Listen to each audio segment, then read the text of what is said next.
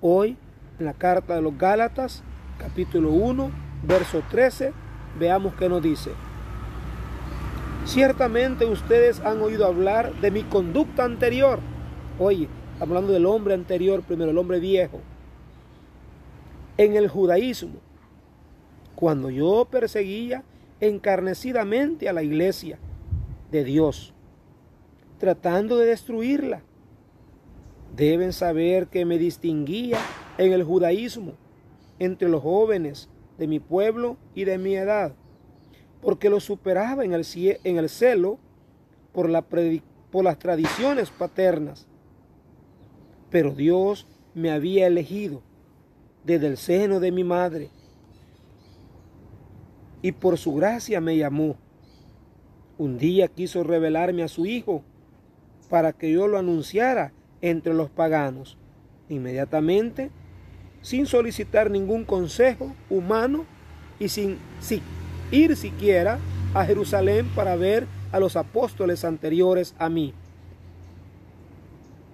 Palabra de Dios, te alabamos, Señor. Lo que el Pablo está tratando de enfocarnos ahora es el antes haber tenido un encuentro personal con Jesucristo. Él era un creyente de primera línea, una conducta intachable, pero en la ley judía. Cuidado, hermano católico, no te dejes engañar.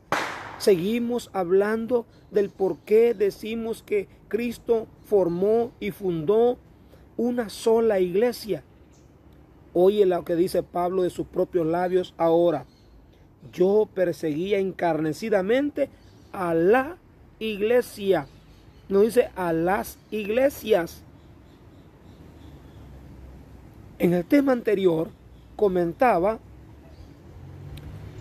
cuando Cristo le dio la llave del reino al apóstol Pedro, que ni se llamaba Pedro, sino que Simón, pero el nombre de la nueva misión que iba a adquirir Simón iba a ser Pedro, o sea, piedra. Y a él le entregó la llave del reino de los cielos. Y en él le prometió fundar su iglesia. No dice sus iglesias o el inicio de sus iglesias, de las demás iglesias. En ti edificaré mi iglesia. Es un artículo definido, mi. Y ahora utiliza en Gálatas capítulo 1, versículo 13, yo perseguía encarnecidamente a la iglesia. Hoy es la palabra la. No lleva ese, de las. Por lo tanto, te pido que minuciosamente o curiosamente enfoques, pongas tu mente y tu corazón, tu pensamiento y veas esta expresión. Él mismo está dándolo como testimonio que él persiguió a la iglesia de Cristo. Claro, estaba confundido. Él creía que la ley a la cual él servía, a la cual él creía estar firme, estar en la verdad, estar en la autenticidad, en la única, y ser un hombre defensor de su doctrina. Por eso él perseguía a los primeros cristianos para matarlos, para conseguir orden, para apresarlos y traerlos presos a sus jefes superiores. Pero ahora, ¿qué dice él? Después que traté de destruirla, deben saber que me distinguía en el judaísmo.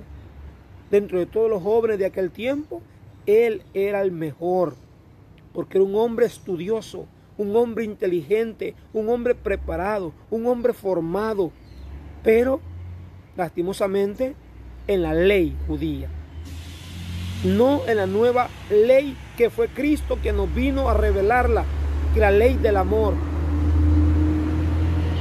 Y que la ley del amor se tenía que consumar en la cruz del Calvario, en el sufrimiento, en las lágrimas, por dar la vida por los demás. Escuchemos esto. Era distinguido entre los jóvenes de su pueblo y de su edad, porque los superaba en el celo por las tradiciones paternas. Oye, el celo que él tenía era defender lo que sus papás, lo que sus antepasados le habían regalado a él, le habían enseñado, le habían transmitido. Y de esa forma, su formación, según él, era la que quería seguir defendiéndola, a capa y a espada, a como fuera, a como pudiera. Pero un día, dice, fue elegido desde el seno de su madre y por gracia de Dios que lo llamó. Y luego, un día le reveló a Jesucristo su Hijo. Lo recibió por revelación divina, para que yo les anunciara entre los paganos. En el tema anterior le mencionaba eso, hermanos, que Pablo fue elegido para ser misionero y evangelizador ante las tierras paganas, de las cuales nosotros también formamos parte, eso lo decía en el tema anterior. Y Pedro fue encargado y enviado a misionar a los judíos. Veamos las dos áreas nuevamente de la misión evangelizadora. Una dirigida a los paganos, es decir, a los que no eran israelitas, no eran de Palestina, no eran judíos, sino que eran, por ejemplo, de la tierra del occidente. Allí hablemos nosotros, por ejemplo, de España, hablemos de Italia, hablemos de Grecia y luego nuestros continentes. Gracias entonces a la misión evangelizadora del apóstol Pablo, su misión llegó hasta nuestras tierras a través de los distintos misioneros y evangelizadores formados e impulsados por él y el Espíritu Santo. Nosotros hoy conocemos a Cristo. Por lo tanto, hermanos, sintámonos dichosos. Luego está hablando que se dirigió a Arabia, donde les decía, ¿verdad?, donde el Espíritu Santo lo envió a llevar esas palabras de buena nueva del reino. Después regresó a Damasco y a cabo de 3 años fue nuevamente a Jerusalén. Oigan, ¿para qué? Para ver a Pedro, y estuve con él 15 días. ¿Qué estuvo haciendo con Pedro y los demás apóstoles en ese tiempo, hermano? Contándole cómo él había misionado y evangelizado, si estaba bien o había que mejorar algo o algún error a lo mejor había cometido. Después dice de contarle su testimonio, después de ser testigo, le dice él, y yo soy testigo, y Dios también es testigo de lo que de que no miento en lo que les escribo.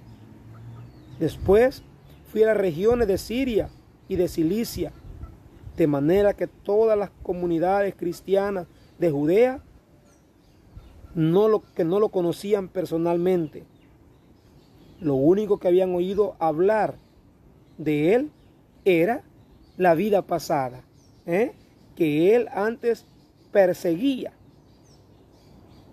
a los cristianos.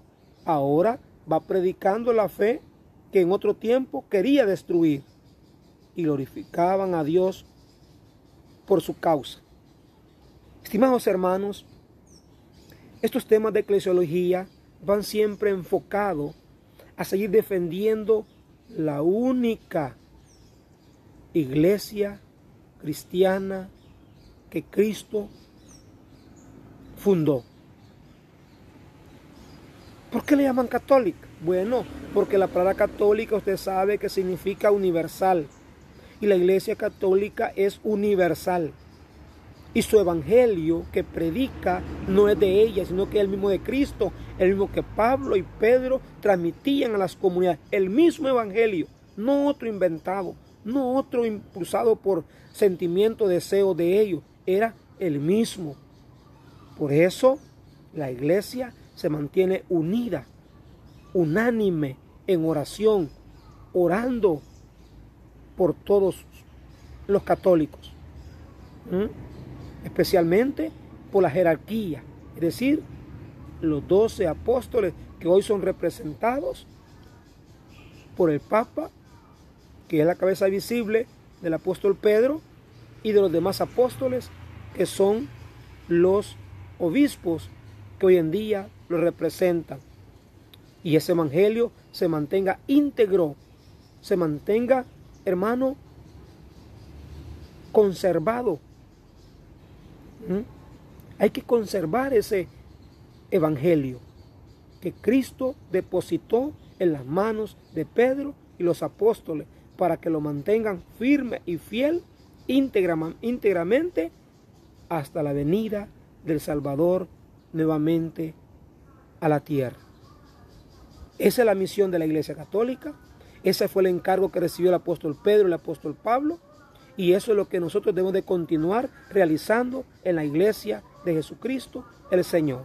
Espero que en algo te ayude estas pequeñas palabras de este tema que tu amigo y servidor, evangelizador de tiempo completo, Marvin Corado, te ha dirigido hasta tu hogar. Bendiciones para todos.